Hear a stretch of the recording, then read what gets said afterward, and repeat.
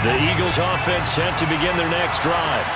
Well, we haven't exactly been treated to a nail-biter in this one, CD, and if they cannot score here, this one's pretty much all but over. Are you saying that you feel like people are starting to think about getting out of here and maybe beating the traffic in order to get home or to their final destination? Yeah, I don't think there's a whole lot of reason to hang around, especially if they can't score here. Yeah, you're right about that because it has been pretty clear who the better team has been in this one. And in a league that we talk about every game being a one-score game as we go into it, watching this blowout, let's just say it's been unusual. And now a throw on first down there, but it's incomplete. Another attempt, another incompletion. And when I look at the scoreboard and where we are in this game, it comes to mind that they have to start getting the ball in the hands of their playmakers. Throw it to the guys that maybe can take a short pass and turn it into a long gain or make people miss downfield. They've got to have points. And the guys who can put the... And my goodness, now he's hit on the return. It's a loose football. Well, do you want to unpack that one, or do you want me to? You're the boss. We get the interception, then really he's just too loose with the football on the return, and he coughs it right back up the other way. I've seen this happen in an NFL game, and boy, did it cost someone. San Francisco at Atlanta a few seasons ago. Atlanta throws the interception. San Francisco runs it back. Game is salted away. Fumbles on the... And now here's another interception. Picked by Tracy Walker.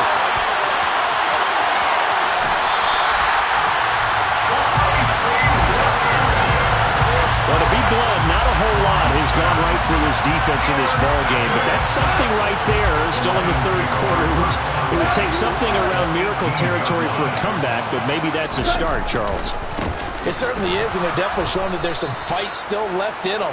Hasn't been a banner day, but they're trying their best to put that disappointment behind them and find ways to make plays. An interesting and intriguing decision there defensively because they kept extra DBs on the field despite seeing the multiple tight end look that came out for the offense. I thought they were going to switch out of it. I didn't know if they felt they didn't have time or what the case was. Well, in any event, the extra speed allowed for great penetration as they stuffed that one behind the line of scrimmage. Now a throw out to his fullback is complete. And he's brought down inside the 20 at the 18-yard line. So they'll get a little extra time to come up with his third down play as we play 3 quarters.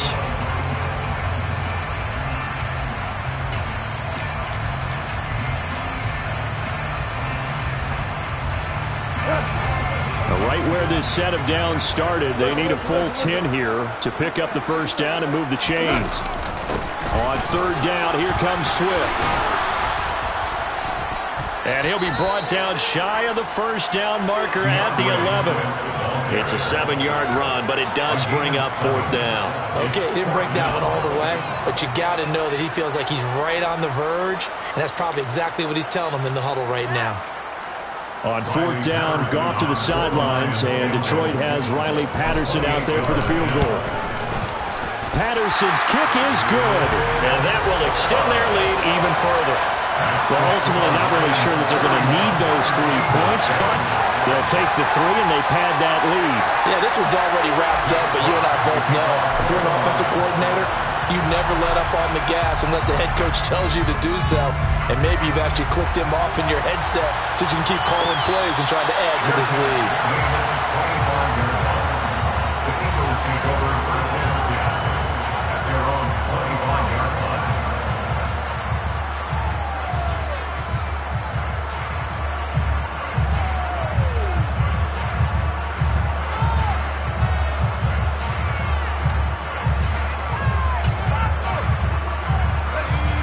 The Eagles offense set to begin their next drive.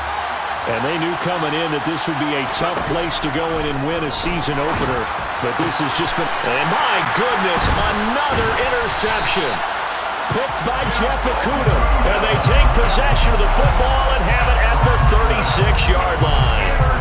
With a disadvantage, this defense knew that passes were coming, and they stayed in position, Charles, and picked one off here in the fourth quarter.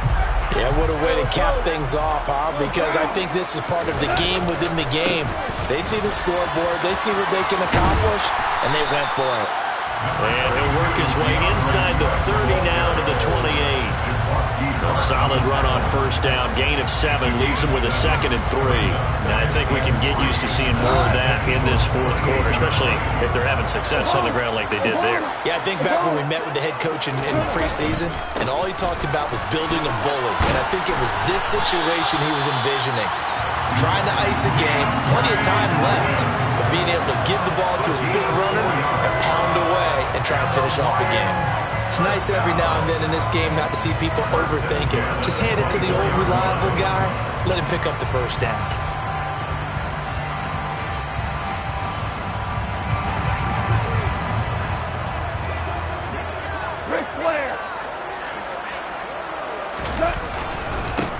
A first carry now for the BYU man. It's Jamal Williams. And not a whole lot of room to operate there on the first down run. He gets maybe 3. Brandon, I've got to think this offensive line has got some smiles on its faces. And I know it sounds crazy, but they practiced for this back in training camp. They knew they'd be in situations where there'd be extra defenders in the box coming after them, trying to keep them from locking down a game. Right now, they want to show the world they're up to the challenge. On second down, Swift. And he takes it down to the 10-yard line. 49 yards rushing for him in the ballgame now on 14 carries. Another example of this offense really having their way, Charles, and another big chunk play there on the ground. And when you look at the defense, they've got to do a much better job of wrapping up when they tackle. A lot of great opportunities continue to slip through their fingers, as do the runners.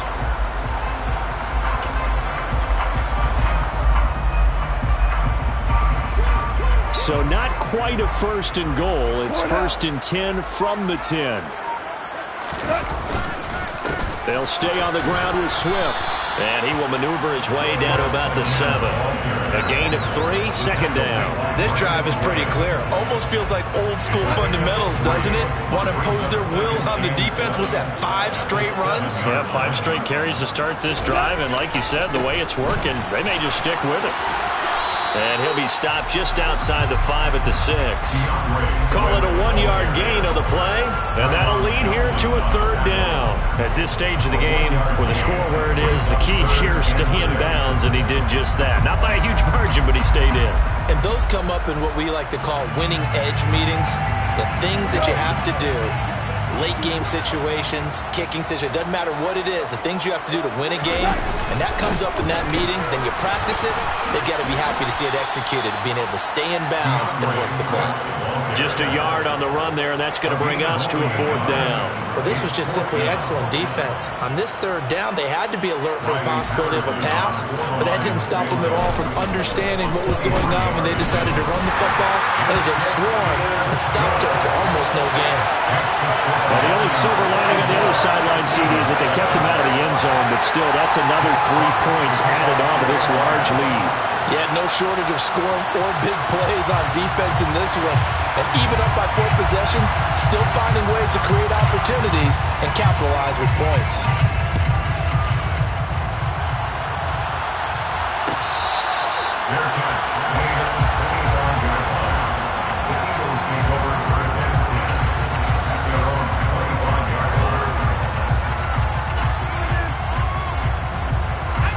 The Eagles offense set to begin their next drive.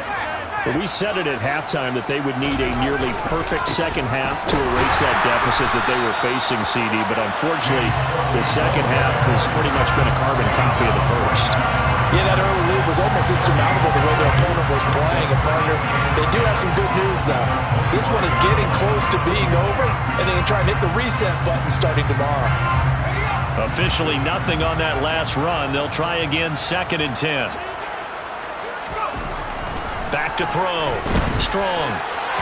And his throw's going to be incomplete. They lead big, and a major part of that has been how they've taken their play to a whole new level this second half. No points allowed since the break, and you can add another incompletion to the total number that they forced in this runaway contest. This offense so far on 3rd down, they're at 50%, 4 for 8. This is 3rd. And the Lions pressure too strong. Down he goes. Romeo Okwara shooting in there and dropping it for the sack. Just 2 minutes remaining here in the 4th quarter of what has been a one-sided affair. The Eagles send out their punter now, standing right on his own 5-yard line.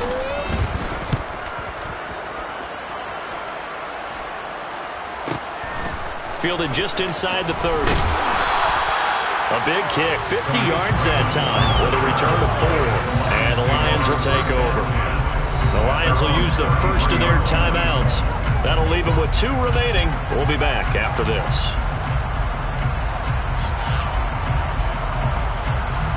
So they'll come up 1st and 10 now from the 33. On the ground, it's Swift to start the drive. They'll get it across the 35. It'll be 2nd down. Well, from an offensive perspective, that was a tough run because he only picked up 3 yards. But let's flip it over to the defensive side. They now have the advantage. 3 3-yard gains. That means they're punting the ball likely on 4th down. That's what you're looking for when you're playing defense. And he is going to lose yardage here. Now they're staring at a 3rd and 8. That last play, backwards a yard. They went with a run-pass option, and I don't know if the option really mattered there because the defense was ready. So many times you put the defense at a disadvantage because you have those multiple options, but when they read their keys and play it correctly, sometimes the result goes in their favor.